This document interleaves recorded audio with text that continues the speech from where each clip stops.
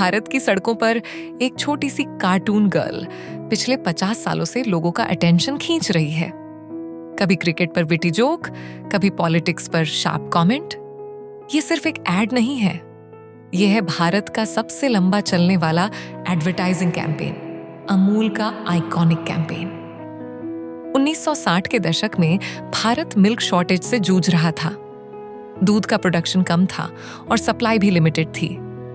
इसी दौरान गुजरात के आनंद से एक कोऑपरेटिव मूवमेंट शुरू हुआ, जिसने फार्मर्स को पावर दी और भारत को डेयरी प्रोडक्शन में मजबूत बनाया। यहीं से जन्म हुआ अमूल ब्रांड का। लेकिन पूरे देश में पहचान बनाने के लिए अमूल को चाहिए थी एक अलग ब्रांड आइडेंटिटी। और इसी तलाश में 1966 में एक सिंपल लेकिन ब्रिलियंट आइडिया सामने आया, एक छोटी सी कार्टून मैस्कॉट। यह थी अमूल गर्ल। हर हफ्ते देश में जो भी बड़ा इवेंट होता, अमूल उसी पर एक विटी एड बनाता। Smart, funny, instantly relatable. News हो, क्रिकेट हो या बॉलीवुड, अमूल हमेशा कन्वर्सेशन का हिस्सा बन जाता। लेकिन इस कैंपेन का सबसे इंटरेस्टिंग पार्ट शायद बहुत कम लोग जानते हैं।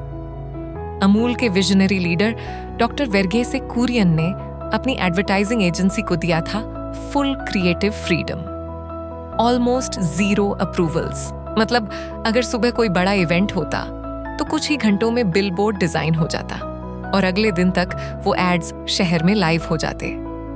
यही स्पीड और रेलेवेंस इस कैंपेन की असली ताकत बन गई।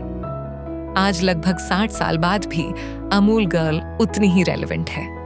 और इसी लेगेसी के लिए अमूल को मिला Guinness world record, longest running advertising campaign ever. सबसे सरप्राइजिंग बात, इन एड्स से अमूल को मिलता है massive earned media, news coverage, social media shares और पब्लिक कॉन्वर्सेशंस।